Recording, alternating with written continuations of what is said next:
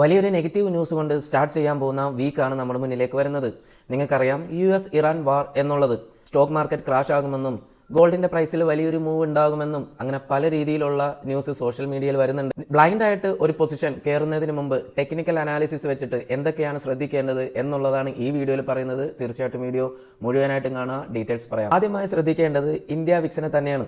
India Vicks ഈ ഒരു റേഞ്ചിൽ നിന്ന് ബ്രേക്ക് ഔട്ട് കിട്ടുന്നുണ്ടോ എന്ന് നോക്കുക. സോ 18+ എബോവ് പോയി കഴിഞ്ഞാൽ വളരെയധികം കോഷ്യസ് ആവേണ്ട ടൈമാണ് മാർക്കറ്റിലുള്ളത്.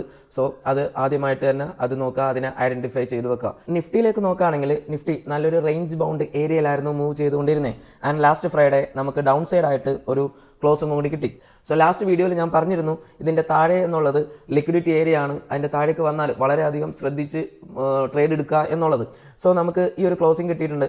ആൻഡ് ഇപ്പോൾ ഉള്ളത് നെഗറ്റീവ് ന്യൂസ് ആയതുകൊണ്ട് നമുക്ക് ഇതിന്റെ ഏത് ലെവലിൽ വേണമെങ്കിലും നമുക്ക് ഓപ്പൺ ആവാം. സോ ആദ്യം ചെയ്യേണ്ടത് ഗിഫ്റ്റ് നിഫ്റ്റി ഏത് ലെവലിൽ ഓപ്പൺ ആവുന്നു എന്ന് നോക്കുക എന്നുള്ളതാണ്. വൺസ് ഈ ക്യാൻഡലിന്റെ താഴേക്കാണ് ഒരു ഓപ്പൺ കിട്ടുന്നതെങ്കിൽ അവിടുന്ന് ഒരു ക്വിക്ക് മൂവ് ഉണ്ടാവാനുള്ള ഒരു ചാൻസ് ഉണ്ട്. സോ എന്തായാലും അതൊന്ന് വാച്ച് ചെയ്യുക. ഇനി ഇൻസൈഡ് ഈ ഒരു ക്യാൻഡലിന്റെ ഇൻസൈഡ് ആണ് ഓപ്പൺ കിട്ടുന്നത് എങ്കിൽ നമുക്ക് ചിലപ്പോൾ ഒരു ഹൈ എടുക്കാനോ അല്ലെങ്കിൽ ഈ ഒരു ഏരിയ റെസിസ്റ്റൻസ് ആയിട്ട് മാറിയിട്ടുണ്ട് എന്നുള്ളൊരു കൺഫർമേഷൻ എടുക്കാൻ വേണ്ടിയിട്ട് ഒന്ന് വെയിറ്റ് ചെയ്യുക.